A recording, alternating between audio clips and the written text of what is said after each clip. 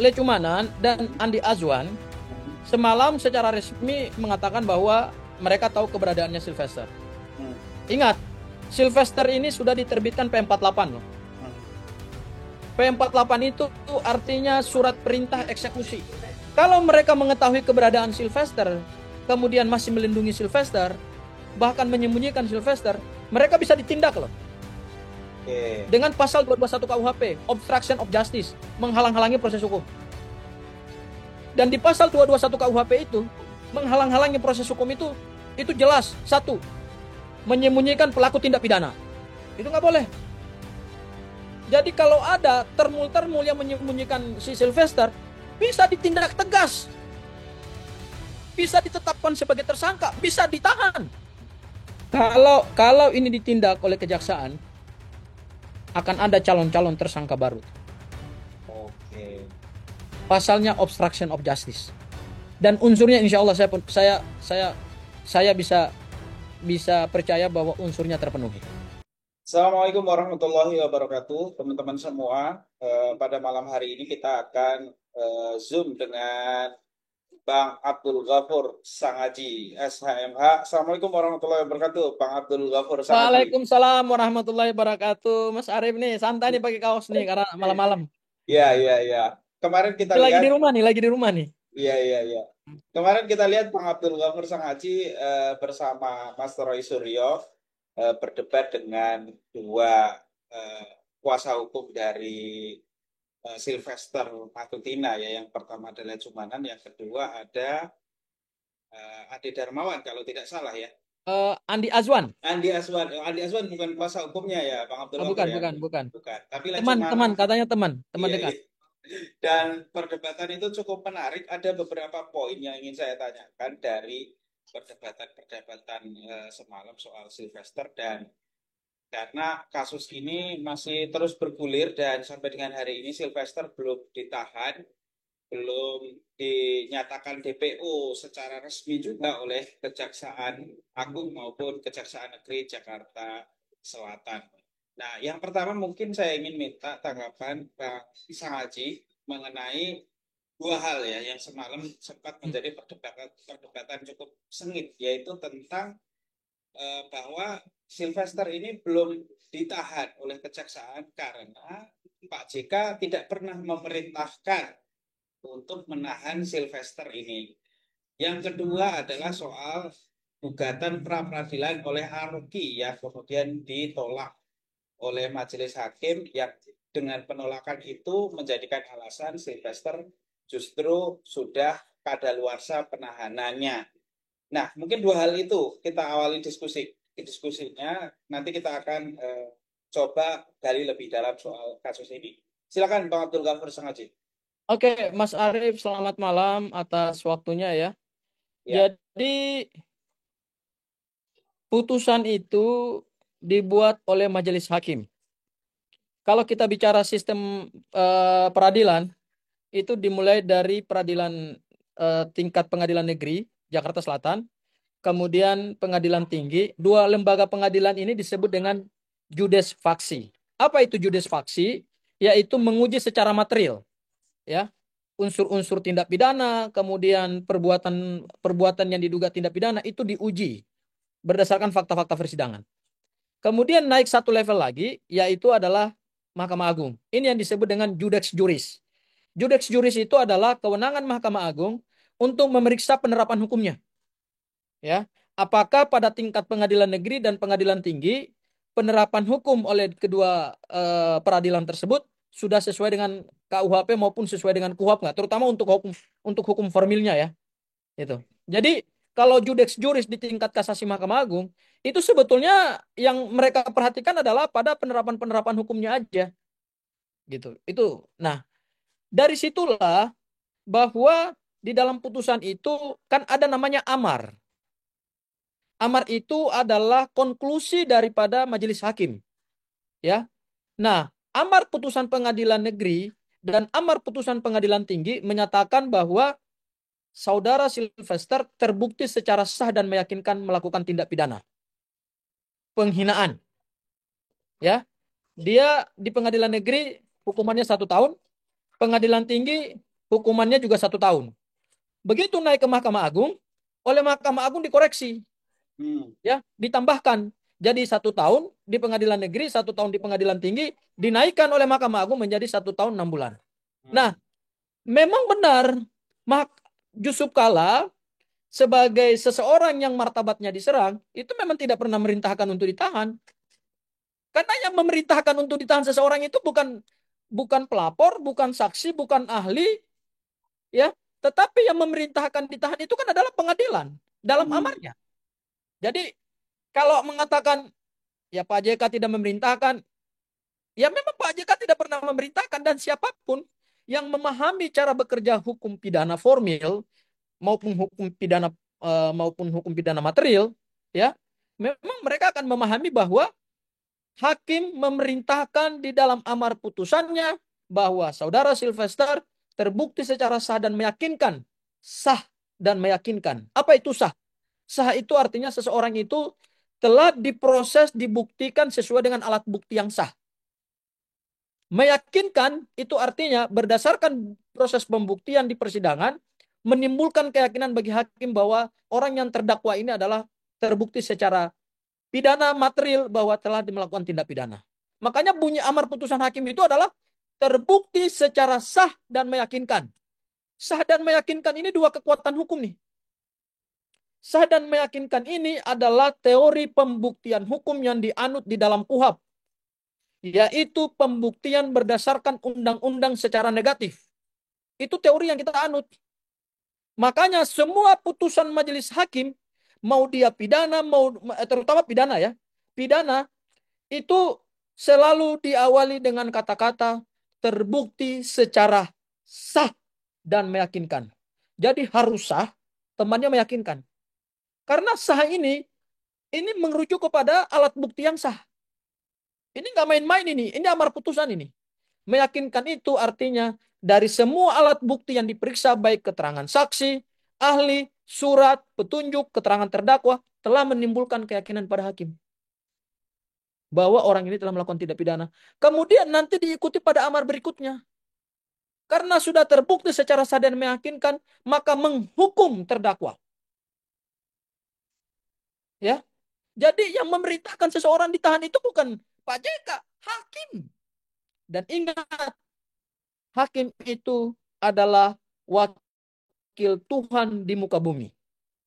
Dari mana kita bisa menemukan eh, kunci daripada hakim adalah wakil Tuhan di muka bumi?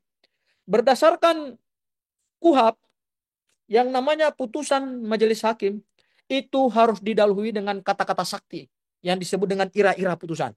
Demi keadilan yang berdasarkan ketuhanan yang Maha Esa. Bayangkan tuh. Ya. Kalau kejaksaan demi keadilan. Kalau penyidik demi hukum, makanya pro justisia. Begitu naik ke kejaksaan, semua dokumen kejaksaan, baik itu surat dakwaan, surat tuntutan, bunyinya adalah demi keadilan. Begitu naik ke hakim, bunyinya berubah. Demi keadilan yang berdasarkan pada Tuhan yang Maha Esa. Itu nggak main-main itu. Jadi Tuhan, jadi wakil Tuhan di muka bumi, itu adalah hakim. Karena hakim menentukan masa depan seseorang. Bahkan bisa mencabut nyawa seseorang melalui pidana mati. Jadi yang memerintahkan itu hakim. Itu hal yang pertama. Ya, oke. Menarik, menarik. Oke. Hal yang Lanjut. kedua, itu yang siapa namanya? Gugatannya siapa? Yang kemarin dibahas itu? Aruki, Aruki. Aruki. Hmm. Aruki itu menggugat kejaksaan. Sebenarnya saya nggak mau tanggapin karena nggak relevan. Habisin waktu Oke. tadi malam tuh. Ya. Dan saya semalam sempat ngomong ke host, Mas, Bang, kayak gini-gini jangan ditampilin deh. Nggak relevan. Habis waktu kita untuk Tapi melayani nggak penting. itu dijadikan Harusnya kita dasar fokus ke katanya substansi hukum oleh gitu. Lekumanan, Bang. Itu dijadikan Hah? dasar Lekumanan bahwa Sylvester tidak bisa ditahan.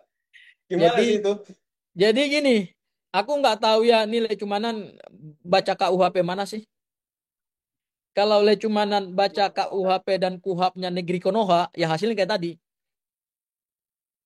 Tapi kalau Lecumanan baca KUHP dan KUHAP-nya Indonesia, yang sumbernya adalah dari Wetboek van Strafrecht yang ada di negeri Belanda, yang diterapkan ke Indonesia berdasarkan asas konkordansi, itu pasti yang tadi malam itu nggak benar semua. Kalau berdasarkan pada KUHAP dan KUHP yang dianut oleh Indonesia. Meskipun sudah KUHP-nya sudah direvisi ya, sudah bukan direvisi, sudah muncul KUHP baru Undang-Undang Nomor 1 Tahun 2023 dan akan berlaku tahun 2026, 1 Januari. Ya. Yang dipersoalkan oleh saudara Lecumanan itu, ya rekanku juga sesama pengacara, ya. Dia mempersoalkan gugatan pra peradilan. Gugatan pra peradilan yang diajukan oleh Aruki itu dia menggugat kejaksaan berdasarkan norma pasal 77 KUHAP, yaitu terkait dengan pra peradilan. Pra peradilan itu adalah satu lembaga yang diatur di dalam KUHAP, lembaga peradilan yang diatur di dalam KUHAP, yang kompetensinya itu satu, menguji sah tidaknya penetapan tersangka, penahanan, kemudian penangkapan, kemudian menguji sah tidaknya penghentian penuntutan, dan menguji sah tidaknya penyitaan, kemudian penggeledahan. Jadi kewenangan lembaga pra peradilan itu cuma limitatif, hanya itu saja. Ketika ini berkaitan dengan eksekusi, maka majelis hakim menolak. Karena kenapa? Itu nggak masuk dalam ranah pra peradilan. Aruki juga salah juga menggugatnya. Makanya ditolak. Kenapa? Karena gugatannya Aruki itu tidak sesuai dengan KUHAP. Makanya ditolak. Harusnya gimana, Pak? Ya harusnya nggak bisa digugat. Jadi Karena makanya masuk akal kalau ditolak emang nggak bisa kecuali, digugat. kecuali gini. Kecuali terhadap kasusnya Sylvester itu dilakukan penghentian penuntutan. Oke. Nah, baru bisa digugat. Jadi Pak Kalau JK ini, mencabut gitu nah, apa gimana? hah? Jadi Pak JK mencabut gitu atau gimana maksudnya? Bukan, penghentian penuntutan itu artinya jaksa tidak menuntut Sylvester. Oh, oke oke Meskipun sudah dilimpahkan ke jaksa gitu loh. oke oke oke oke. Jadi gini, tahapannya dari penyidik, limpah ke jaksa. Hmm. Perkara dinyatakan P21 atau lengkap berkasnya, baik secara material maupun formil. Kemudian oleh jaksa penuntut umum, ternyata Sylvester tidak diajukan ke persidangan. Itu disebut penuntutan. Kalau itu tidak dilakukan oleh jaksa, baru jaksa bisa digugat melalui pra peradilan gitu loh Mas. Tapi ini kan sudah ada putusan, makanya tidak diterima. Karena salah gugatannya tidak sesuai dengan hukum. Jadi itu bukan berarti kalau si Aruki ditolak gugatannya lantas kejaksaan tidak punya kewenangan eksekusi. Bukan, itu salah ngebaca hukum. Itu apa ya? Kalau aku pinjam kata-katanya Sylvester ya, itu zong. Jadi argumentasi itu zong secara hukum. Nggak ada Oke. nilainya deh. Ngerepotin, aduh, pusing apa menghadapi orang-orang yang cuma modalnya ngamuk-ngamuk, kalau kalah argumen, kemudian modalnya motong pembicaraan orang, tapi Hmm. nggak pernah bisa meluruskan argumennya gitu loh. Ya, Hmm. ini gini.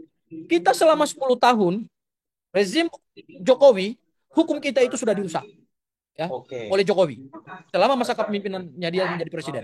Kemudian setelah dia selesai menjadi presiden, hukum kita juga dirusak oleh kasusnya Sylvester. Hmm. Nah, jangan pengacara-pengacaranya Sylvester dan termul-termulnya Jokowi itu ikut merusak hukum lagi. Ini negara hukum kita ini kacau. Kalau Jokowi sudah merusak hukum kita, Sylvester merusak hukum kita, ya saudara Lecumanan, saudari Ade Darmawan, kemudian siapa? Andi Andi Azwar. Azwan. Ya jangan ikut-ikutan merusak hukum gitu loh dengan membuat narasi-narasi yang nggak sesuai dengan hukum, yang nggak sesuai dengan KUHAP, nggak sesuai dengan KUHP, ya. Jangan-jangan ya mereka bacanya KUHP Negeri Konoha gitu loh. Dan KUHAP-nya Konoha, bukan Indonesia gitu. Kalau ke Indonesia pasti mereka lurus. Hmm. Karena narasinya nggak mendidik. Itu Oke. Mas. Oke. Artinya dari dua argumentasi yang mereka ajukan sebenarnya itu nggak relevan dengan kasus ini karena ini masih masih terus berjalan. Dan kalau kita lihat tanggal 23 kemarin kan dari Kejaksaan Agung juga sedang mencari Sylvester. Dan sebenarnya semalam juga sudah sempat disampaikan oleh Lecumanan kalau Sylvester sering bolak-balik ke Solo, katanya ngurusin apa UMKM katanya ya. Jadi seharusnya itu sudah tidak perlu mencari, tinggal tanya mereka saja kan seharusnya begitu ya, Bang Abdul Ghafur Sangajil. Gimana? Ade Darmawa, sorry, Lecumanan dan Mhm, Andi Azwan mhm, semalam secara resmi, sorry, semalam secara live mengatakan bahwa mereka tahu keberadaannya Sylvester. mhm, Ingat, Sylvester ini sudah diterbitkan P48 loh. mhm. P48 itu artinya surat perintah eksekusi oleh kejaksaan. Dan kejaksaan sudah mencari keberadaannya Sylvester, tetapi belum ditemukan sampai hari ini. Ya, saya sebenarnya ingin mengatakan kepada rekan kuliah Cumanan dan Andi Azwan, kalau mereka mengetahui keberadaan Sylvester, kemudian masih melindungi Sylvester, bahkan menyembunyikan Sylvester, mereka bisa ditindak loh Oke, dengan pasal 221 KUHP, obstruction of justice, menghalang-halangi proses hukum. Dan di pasal 221 KUHP itu, menghalang-halangi proses hukum itu jelas. Satu, menyembunyikan pelaku tindak pidana. Itu nggak boleh. Jadi kalau ada termul-termul yang menyembunyikan si Sylvester, bisa ditindak tegas. Bisa ditetapkan sebagai tersangka. Bisa ditahan. Karena menghalang-halangi proses penegakan hukum. Sylvester itu ingat, hari ini statusnya adalah terpidana. Dia sah secara hukum merupakan pelaku kejahatan. Itu tegas tuh. oke, Kalau ada yang berusaha menyembunyikan Sylvester, maka berarti dia bisa ditindak dengan pasal 221 KUHP dan bisa ditetapkan sebagai tersangka, yaitu pasal obstruction of justice, menghalang-halangi proses hukum. Atau yang kedua, bisa juga selain menyembunyikan, memberikan pertolongan. oke. Itu masuk juga itu ya, Bang? Masuk. Sudah menyembunyikan atau memberikan pertolongan supaya orang itu tidak melaksanakan putusan hakim. Ya, seharusnya kalau menurut saya, ya seharusnya nih ya, kejaksaan itu punya kewenangan loh, punya kewenangan untuk menyatakan Sylvester DPO. Kalau sudah dinyatakan DPO, maka terhadap siapapun yang menghalang-halangi proses penegakan hukum itu bisa ditindak secara tegas, bisa ditetapkan sebagai tersangka. Teman-temannya Sylvester itu bisa ditahan semua tuh. Itu tegas itu, ya. Jadi kalau ada yang mengatakan Sylvester mereka tahu keberadaannya, ya hati-hati. Pada saat dicari tidak ditemukan, itu mereka bisa ditindak juga tuh. Baik menyembunyikan, ya, atau memberikan pertolongan. Itu nggak boleh. Itu jelas itu di pasal 221 KUHP. Pasal 221 KUHP. Gitu Mas Ari. Oke. Masa mau tambah lagi tersangka-tersangka baru? Tapi kan ini apa mana menarik banget Bang Abdul Ghafur karena kalau kita lihat tadi sore juga kita sebenarnya bukan hanya tadi sore tapi beberapa minggu terakhir kemarin hari Jumat yang lalu hari Kamis yang lalu itu juga sudah ada aksi juga di Kejaksaan Agung RI dan sore ini juga tadi ada aksi di Kejaksaan Agung RI yang meminta Kejaksaan Agung untuk serius menangani kasus ini karena ini menyangkut keadilan dan penegakan hukum lah. Tapi kan kalau kita lihat narasi-narasi semalam seperti apa yang disampaikan oleh saudara Lekumanan semalam itu justru bahwa meminta untuk seperti ditanyakan host semalam kan, jika Sylvester Matutina menyaksikan ini apa yang ingin saudara Lecumanan sampaikan kepada Sylvester? Kata Lecumanan malah justru Sylvester tidak bisa atau belum saatnya untuk ditahan karena ada Aruki tadi. Nah, apakah itu sudah masuk dalam tanda kutip obstruction of justice yang kemudian tadi disampaikan oleh Bang Abdul Ghafur? Karena Bang Abdul Ghafur semalam kan juga Oh, hadir juga di diskusi ya. iya. Jadi obstruction of justice itu unsurnya ada dua pokok. yaitu menyembunyikan terpidana. Ya, itu menyembunyikan terpidana itu nggak boleh. Kalau dia Kemudian yang ini kedua, yang gini, kedua, yang kedua memberikan pertolongan. oke, Kalau statementnya si Lecumanan itu masuk di dalam dua unsur alternatif ini, masuk barang itu. oke, Jangan-jangan statement itu kemudian mengajak Sylvester untuk tidak patuh terhadap hukum. oke. Nah, berarti berarti itu ada nuansa unsur tadi, ya, yaitu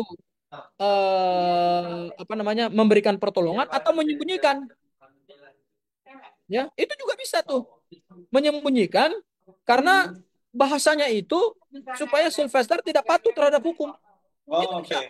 Betul, betul. bisa ditindak, unsurnya bisa terpenuhi itu. Oke. Bang Abdul Ghafur ini agak menyimpang tapi mungkin masih berkaitan ya. Kalau kita lihat perdebatan semalam itu kan tensinya cukup tinggi ya. Justru yang meninggi itu dari pihak Andi Azwan dan Lecumanan ya. Karena Semalam. begini Mas Apa Ari, sih yang kemudian terjadi modalnya para di luar termul itu? itu, aku jujur ya, Iya. modalnya para termul itu satu ngotot, kemudian omong besar. Kalau Hmm. sudah kehilangan argumentasi akademik dan argumentasi hukum, mereka sukanya motong pembicaraan dan nyerang. Ya, kenapa mereka tadi malam seperti kebakaran jenggot? Karena begitu aku membantah semua argumen hukumnya si Lecumanan, dia akhirnya marah-marah. Kan Hmm. harusnya dia bantah argumen aku. Misalnya Hmm. contoh, dia mengatakan ini masuk daluarsa Nah, pemidanaan. itu dia Ya pasal saudara 84. Lecumanan aja nggak paham daluarsa pemidanaan. Daluarsa pemidanaan itu rumusnya adalah matematika hukum. Itu matematika hukum. Hmm. Itu rigid, nggak bisa ditafsirkan lain. Apalagi pakai pendapat ahli, nggak bisa. Hmm. Rumusnya sudah ditentukan dalam pasal 84 KUHP. Itu untuk daluarsa pemidanaan. Dan untuk daluarsa penuntutan sudah dihitung dan ditentukan berdasarkan pasal 78 KUHP. Rigid, tidak bisa menggunakan ahli lagi. Karena kalaupun ada ahli yang menafsirkan itu, ya tetap sama seperti norma hukumnya. Makanya kan Oke. tadi malam dia mengatakan mereka mengantongi 3 ahli. Aku sebetulnya mau mau bantah gitu loh. Ahli yang Anda pakai ini ahli ahli apa? Punya integritas nggak? Keilmuannya bisa dipertanggungjawabkan nggak? Bacanya KUHP apa? Jangan-jangan KUHP Konoha juga. Bukan KUHP Indonesia. Kalau ahli itu membaca KUHP Indonesia, pasti argumennya nggak seperti yang argumen disampaikan oleh si Lecumanan. Pasti sesuai dengan pasal 84 KUHP, junto pasal 78 KUHP. Karena itu rumus matematika hukum. Ada angka-angkanya udah disebut. Tuh, Oke. bayangkan tuh, matematika hukum tuh. Ya, itu satu tuh ya. Itu satu. Yang kedua, mereka mengatakan bahwa mereka mengajukan nggak supaya nggak ditahan penangguhan penahanan atau apalah istilah mereka. Ya, ini juga pelanggaran hukum.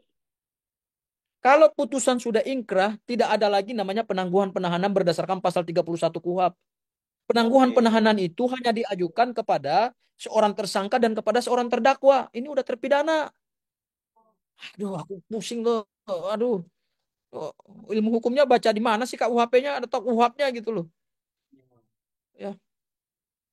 Penangguhan penahanan itu hanya bisa diajukan kepada seseorang yang statusnya dua nih. Satu, tersangka ketika ditahan oleh penyidik, bisa dilakukan penangguhan penahanan berdasarkan ketentuan pasal 31 KUHP. Dan yang kedua, diajukan kepada seseorang itu sudah dilimpahkan ke jaksa untuk disidangkan. Namanya terdakwa. Bisa diajukan juga penangguhan penahanan. Ya. Dan penangguhan penahanan itu diaturnya di pasal 31, dijuntukkan ke pasal 21 KUHP. Oke. Alasan-alasan penahanan. Satu, tidak akan mengulangi tindak pidana. Dua, ditakutkan menghilangkan barang bukti. Kemudian yang ketiga, melarikan diri. Kalau putusannya sudah ingkrah, nggak ada lagi pasal-pasal itu berlaku. Ya, jadi modalnya para termul ini, ya modalnya marah-marah, modalnya debat tidak punya etika, kemudian juga kalau kalah argumen hukum, nyerang pribadi orang. Ya, aku, aku, aku jujur aja lah.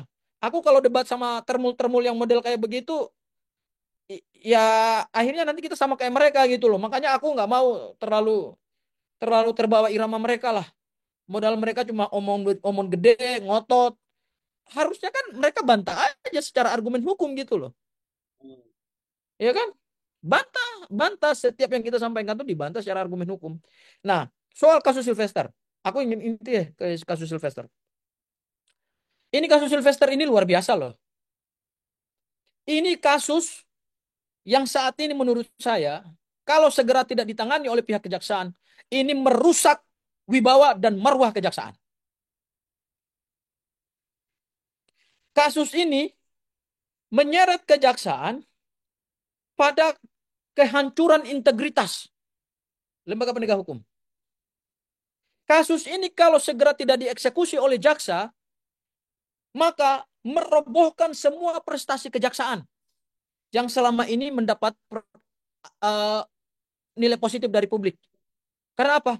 Kejaksaan sudah selama ini berhasil mengungkap dan menetapkan tersangka untuk perkara korupsi kelas kakap. Ya, baik yang dilakukan oleh pejabat yang sedang berkuasa maupun dilakukan oleh pejabat yang telah pensiun. Sudah berapa menteri ditetapkan oleh sebagai tersangka oleh kejaksaan? Sudah berapa kasus mafia di bidang ekonomi yang dibongkar oleh kejaksaan? Itu kasusnya lebih rumit. Kasus minyak goreng lah, ya, kasus tambang lah, ya, kasus apa namanya yang melibatkan Antam lah, ada yang berhubungan dengan emas lah, macam-macam. Ya, ada jual beli perkara lah, melibatkan hakim agung, mantan hakim, semua bisa dibongkar oleh kejaksaan. Dan prestasi itu luar biasa. Bahkan mereka di tengah-tengah integritas dan wibawa KPK sedang turun, mereka bisa muncul untuk mengganti itu, mengganti Oke. wibawa KPK. Tapi saat ini integritas dan marwah kejaksaan sedang di ujung tanduk dalam kasus Sylvester. Kalau kasus Sylvester ini tidak diselesaikan oleh Jaksa Agung, semua yang sudah dilakukan oleh kejaksaan itu zong di mata publik. Masa seorang Sylvester hanya warga negara biasa, kasusnya cuma simpel, kasus yang sangat sederhana, nggak bisa dieksekusi. Kejaksaan itu punya kewenangan diberikan oleh KUHP, diberikan oleh Undang-Undang Kejaksaan, dan ingat, kejaksaan itu punya satu sistem yang canggih, namanya Adiaksa Monitoring Center. Apa itu, Bang? Adiaksa Monitoring Center itu adalah satu sistem yang dimiliki oleh kejaksaan, itu dibiayai oleh keuangan negara, sistemnya canggih, bisa mendeteksi di mana keberadaan terpidana. Wow. Jadi Jadi ini tidak bukan mungkin lagi tidak tahu ya, Bang ya. Pasti tahu ya, Bang ya. mereka tahu. Bahkan kejaksaan itu bisa melibatkan aparat penegak hukum yang lain seperti kepolisian. Bisa melakukan pencekalan melalui imigrasi. Dan bisa mendeteksi keberadaan terpidana di seluruh dunia dengan menggunakan instrumen internasional yang disebut Interpol Interpol. Oke. melalui Red Notice. Kejaksaan punya resources itu. Hari ini bukan soal ketidakmampuan kejaksaan, soal political will dari kejaksaan. Pertanyaannya, siapa yang hari ini mengontrol kejaksaan? Siapa yang hari ini menjadi alat kejaksaan? Kata Maestro Siri benar. Ada orang kurus di balik Sylvester.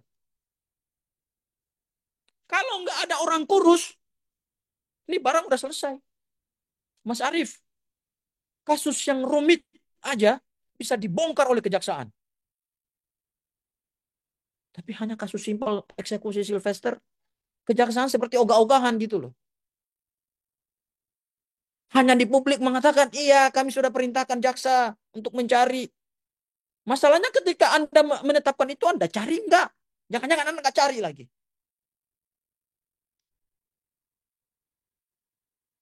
Rusak ini sistem hukum kita nih. Kalau selama 10 tahun Presiden Jokowi sudah membajak sistem hukum kita, ya jangan dilanjutkan lagi di zaman era Prabowo ini. Tugasnya Prabowo adalah menata kembali sistem hukum kita. Ya, itu tugas konstitusional seorang presiden, panglima di dalam penegakan hukum. Presiden punya kewenangan panggil jaksa agung. Jaksa agung diangkat oleh presiden. Perintahkan jaksa agung, laksanakan KUHAP. Segera cari Sylvester, tangkap dia dimanapun berada. Dan kalau ada orang-orang yang menghalangi eksekusi, tetapkan sebagai tersangka juga menggunakan pasal 221 KUHP, obstruction of justice. Kalau itu dilakukan oleh kejaksaan, gue yakin tuh Mas Arief, termul-termul itu juga gini-gini juga. Cuman karena hukum kita ini dikontrol oleh seseorang yang kita nggak tahu orang itu siapa gitu loh. Jangan-jangan seperti yang dibilang oleh Mas Roy Suryo itu, ada orang kurus di belakang Sylvester dan jangan-jangan orang kurus itu juga yang mengendalikan kejaksaan.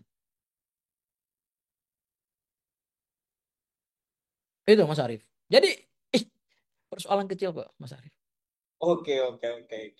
Ini Bang Abdul Ghafur nih sangat sini tensinya juga udah naik nih sekarang. Iya, karena gini, melihat kasus ini Mas Arief, kita nih Mm-mm. nggak bisa tenang-tenang nih. Betul. Karena Harus ini kita wibawa hukum dan apa ya, keadilan diuji di sini ya, dipertaruhkan, Mas. dipertaruhkan betul. Terakhir Pak Abdul Ghafur ini mungkin pertanyaan banyak orang ya. Jadi kalau seandainya ada masyarakat nih yang menonton dan kemudian melihat keberadaan Sylvester, sebenarnya bisa nggak sih masyarakat umum itu misalnya melapor atau membantu pihak aparat baik kejaksaan maupun pihak aparat kepolisian misalnya untuk menangkap gitu, karena ini kan posisinya sudah terpidana. Ini secara hukum gimana sih Bang Abdul Ghafur soal Ya, ini? jadi gini, yang kita sayangkan dari kejaksaan itu adalah tidak menetapkan Sylvester sebagai buronan. Kalau Sylvester dinyatakan DPO atau buron, baru kemudian siapa saja boleh melaporkan. Karena sudah buron. Tapi kalau masih belum dinyatakan buron, ya kita ketemu Sylvester di pasar juga ya kita mau ngapain gitu loh.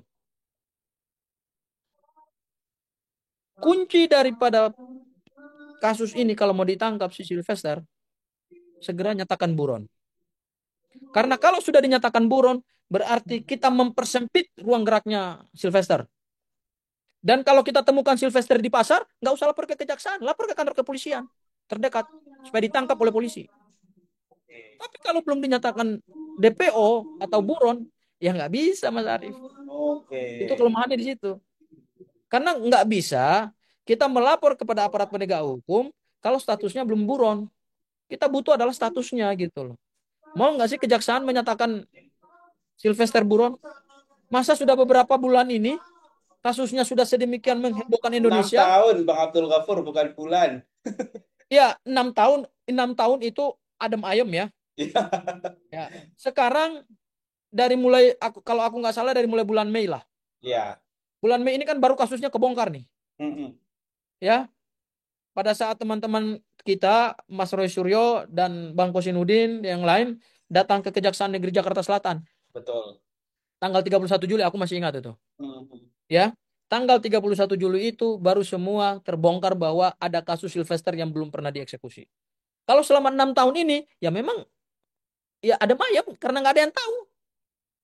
Tapi begitu sudah terekspos ke publik, terbongkar ke publik, kemudian baru ketahuan bahwa Sylvester ini nggak pernah dieksekusi. Ya, Masa sudah beberapa bulan ini kejaksaan sama sekali tidak bergeming. itulah. Betul Bang Abdul Ghafur. Aduh, Wibawa hukum kita mantan kemana ini? mantan Menteri Pendidikan sudah ditahan, Betul. ya kan? Dengan gagah pihak kejaksaan. Tapi Sylvester masih bebas berkeliaran di Indonesia. Oke. Sampai kapan? Sampai kapan negara hukum kita nih akan dibajak? Kayaknya memang mesti ganti jaksa agung dulu itu solusinya, Mas. Oke, itu yang kemarin sempat menjadi menghangat juga pergantian Kejaksaan Agung karena kalau kita lihat kan Pak Jaksa Agung ini kan Pak Burhanuddin ini kan yang mengangkat sebelumnya adalah Pak Jokowi Pak ya. Jokowi. Nah, tahun 2019 Oktober kalau Ya tidak ini ini salah. ini ini geng Solo. Hmm. Ini geng Solo. Dan sampai dengan hari ini juga masih Pak ST Burhanuddin ya yang menjadi jaksa Iya, agung. Jadi gitu. isu yang panas. Kuncinya sebenarnya kuncinya adalah Presiden Prabowo. Masa Presiden Prabowo diam aja? Kan ada sekali, ada Menteri Hukum dan HAM, ya, ada Menteri Permasyarakatan. Masa masa pada nggak memberi nasihat sih kepada Presiden gitu loh. Pak, jangan hanya gara-gara satu orang yang namanya Sylvester, tapi meruntuhkan integritas dan wibawa negara hukum dan merongrong kekuasaan Pak Presiden. Presiden Prabowo ini kan berkuasanya belum sampai 1 tahun nih, Mas Arief. Betul, betul. Nanti bulan Oktober ya, tanggal Iya, 20 Oktober. iya. Tunjukkan dong bahwa Prabowo adalah presiden yang betul-betul memang diharapkan oleh rakyat untuk membereskan semua kerusakan-kerusakan yang ditinggalkan oleh Presiden Jokowi selama 10 tahun. Oke, baik. Terima kasih Bang Abdul Ghaffar Sangaji. Malam ini sangat bermanfaat sekali ya untuk mencerahkan apa yang kemudian sempat didiskusikan semalam ya pada saat perdebatan semalam. Saya terus terang masih belum ada konklusi yang benar-benar jelas semalam ya. Masih terlalu banyak war-war suara-suara dan akhirnya malah justru membingungkan masyarakat soal kasus ini dan mudah-mudahan diskusi malam hari ini bisa memberikan pencerahan karena tadi disebutkan pasal-pasalnya, landasan-landasan hukumnya sehingga tidak ada yang namanya penangguhan penahanan atau daluarsa penahanan seperti yang disebutkan tadi oleh kuasa hukumnya yaitu Lajumanan dan justru tadi dari kesimpulan Pak Abdul Ghafur Sangaji malah ada dugaan obstruction of justice Ya, di sini yang itu menjadi dasar juga untuk mentersangkakan. Nah, dalam tanda kutip di sini dugaan-dugaannya adalah yang sudah tahu keberadaannya adalah Ade Darmawan, Lecumanan, kemudian Andi Azwan yang sering jadi teman dekatnya Sylvester Matutin. Begitu ya, Bang Abdul Ghafur ya? kalau kalau ini ditindak oleh kejaksaan, akan ada calon-calon tersangka baru. Oke. Pasalnya obstruction of justice. Dan unsurnya insya Allah saya bisa bisa percaya bahwa unsurnya terpenuhi. Oke. Cuman kuncinya adalah di kejaksaan. Mau nggak? Punya kemauan nggak? Bukan kemampuan. Kemampuan punya. Tapi soal kemauan, mau nggak? Kalau kemauan itu kan berarti ada yang mengendalikan kan? Hmm. Kalau kemampuan, kejaksaan punya semua instrumen. Oke. Canggih. Adiaksa Monitoring Center itu adalah sebuah sebuah kecanggihan sistem yang dimiliki oleh kejaksaan untuk mendeteksi dan mencari terpidana. Cuman persoalannya kemauan, political will. Karena ada yang mengontrol dan ada yang menguak. Oke. Baik, terima kasih Bang Abdul Ghaffar Sangaji Itu atas kesimpulan terakhir. waktunya malam ini. Mudah-mudahan bermanfaat. Terima kasih teman-teman yang sudah menonton juga. Wassalamualaikum warahmatullahi wabarakatuh. Waalaikumsalam warahmatullahi wabarakatuh. Makasih Mas Arief. Terima